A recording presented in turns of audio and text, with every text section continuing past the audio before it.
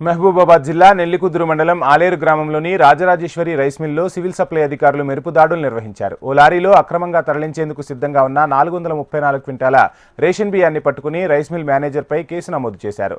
లబ్ధిదారుల నుంచి రేషన్ బియ్యం అక్రమంగా కొనుగోలు చేసి వాటిని క్లీనింగ్, పాలిష్ చేసి నర్సంపేటలోని శ్రీ సాయిలక్ష్మి రైస్ మిల్ ద్వారా అమ్మకాలు జరుపుతున్నట్లు ప్రాథమిక విచారణలో తేలిందని అధికారులు తెలిపారు. ఇలాంటి సంఘటనలు జరిగితే కఠినమైన చర్యలు తీసుకుంటామని హెచ్చరించారు. క్షేత్రస్థాయిలో నిఘా పెంచి ప్రతి మిల్లును తనిఖీ చేస్తామన్నారు. రేషన్ బియ్యం అక్రమంగా తరలిస్తే కఠిన చర్యలు తీసుకుంటామని సివిల్ సప్లై అధికారులు హెచ్చరించారు. ఆలేరు గ్రామంలోని శ్రీ రాజరాజేశ్వరి రైస్ మిల్లులో పలుమార్లు అధికారులు దాడులు నిర్వహించి రేషన్ బియ్యం పట్టుకున్న రైస్ మిల్లును లారీ సీజ్ చేయకపోవడంతో స్థానికులు విస్మయం వ్యక్తం చేశారు. అధికారులు నామమాత్రంగా దాడులు నిర్వహించి రైస్ మిల్, లారీని సీజ్ చేయకపోవడం పట్ల పలువురు అధికారుల తీరును విమర్శిస్తున్నారు.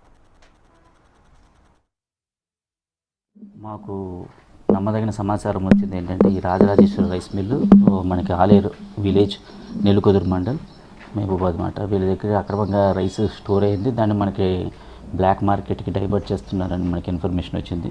సో మనము అర్లీ మార్నింగ్ వచ్చామన్నమాట. 25th మార్నింగ్ అర్లీ మార్నింగ్ వచ్చేసి మేము చెక్ చేయడం జరిగింది.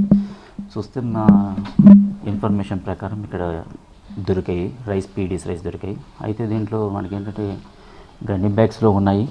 సిఎంఆర్ బియ్యం పంపించే విధంగా ప్యాక్ చేసి ఉన్నాయన్నమాట.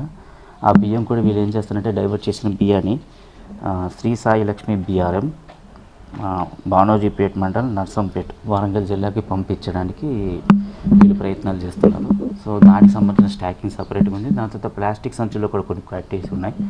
వాటిని కూడా మేము చూసాము. అది కూడా దొడ్డు బియ్యం ఉన్నాయి. సో ఇవన్నీ కూడా మేము ఏంటంటే సీజ్ చేసుకున్నాము.